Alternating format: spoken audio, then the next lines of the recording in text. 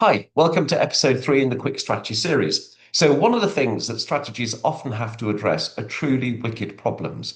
So, what we're going to do today is we're going to look at wicked problems, we're going to look at what are they, and then we're going to look at their characteristics. And in doing this, I am, of course, drawing on the book, The Quick Guide to Effective Strategy. So, in the first episode, we agreed that an effective strategy provides a coherent blueprint to bridge the gap between the realities of today and a desired future.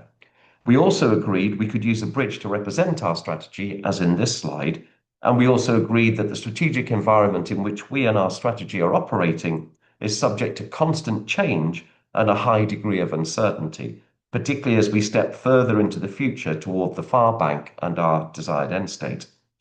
We also agreed that one of the main problems in understanding the uncertainty of the future was what we called Horizon 3 trends and changes, which are represented by the yellow line in this diagram. Although they can create real opportunities, and we looked at some of those in the last episode, detecting Horizon 3 changes early in their life cycle is really difficult because they only emit very weak signals, at least initially, and they can take us by surprise, which is one of the reasons that many strategies fail. One of the other reasons that many strategies fail is the sorts of problems they're often required to address. Now, to understand these properly, we need to pop over to California and step back in time over 50 years. In June 1973, two professors at the University of California, Horst Rittel and Melvin published a seminal journal article titled Dilemmas in a General Theory of Planning. Now, this might not seem terribly exciting to you, but what they wrote in the article is, at least to someone interested in strategy.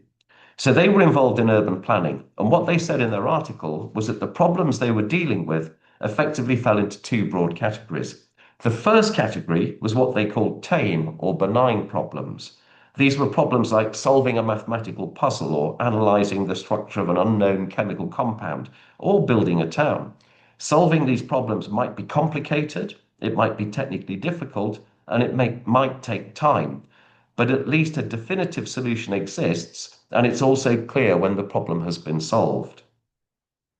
But they also identified another category of societal problems, such as confronting and addressing crime or poverty, which they termed wicked, because there's a high degree of uncertainty about both the nature of the problem and the solution. This uncertainty might be because the problem is difficult to define, or because the relationship between cause and effect is hard to discern. What this means in practice is that when we apply an action to try to treat the problem, not only is it highly likely that it won't work, but it's also highly likely that there will be unintended consequences somewhere else. And you see examples of these sorts of problems on the telly every day. Just think of illegal migration and the small boats crossing the channel, or the economy. Although there's lots of experts working on both of these, whatever the government tries often doesn't seem to work. Indeed, it often seems to make the situation worse. And there's lots of other examples. Let's consider one of them. Let's take knife crime to illustrate what I mean. Now, successive governments have tried to tackle this, but what is the solution? Is it making knives harder to obtain by introducing laws that prohibit their sale? And we've just seen a new law introduced. Increasing the police's stop and search powers, or tougher sentencing for those convicted of knife crime? Or is it focused education in schools highlighting the dangers of carrying knives? Or is it targeting gang culture? Well, you'll have your own view, but it's highly likely that if we sat around and discussed it, we probably wouldn't agree what the exact problem is, nor would we be likely to agree what the solution is. And even if we did eventually agree how we were going to target the problem, it's almost certain that our approach wouldn't completely resolve it, and it's highly likely that it would cause other problems elsewhere.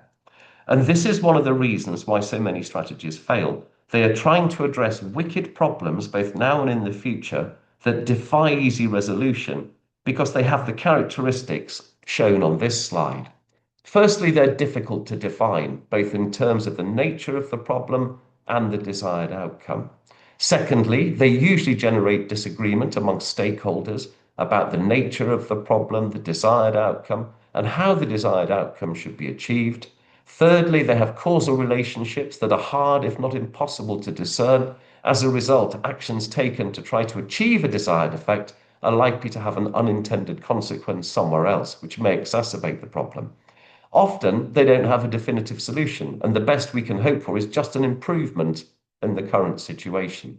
And they usually exist in a changing and uncertain environment, often extending well into the future, which nobody can predict. Because of this, they require constant reappraisal as our understanding of the problem and the environment improve, as the situation changes, and as the problem morphs, which is often as an unintended consequence of our own strategy and or other actors' actions. So, going back to where we were at the start of this episode, if we're trying to develop a strategy that will provide a coherent blueprint to bridge the gap between the realities of today and a desired future, we know that our strategy really must be able to exploit the opportunities that the uncertain future creates, particularly those associated with Horizon 3 trends and changes, which we need to identify, ideally ahead of the competition, and it must be able to address current and future wicked problems. So the key question for us as strategists is, how do we develop a strategy that can do this? So there we go, wicked problems. What we're going to do next time is we're going to look at some of the tools, techniques, and frameworks that can help us get a much more detailed understanding of the future and identify the opportunities we might be able to exploit, and also some of the wicked problems that we're going to have to try to resolve. If you can't wait for them, you can get the book. There's a link in the description of this post, which will take you to a page on my website, which will tell you more about the book and how to order it. Thank you for joining me. I look forward to seeing you next time. Stay safe.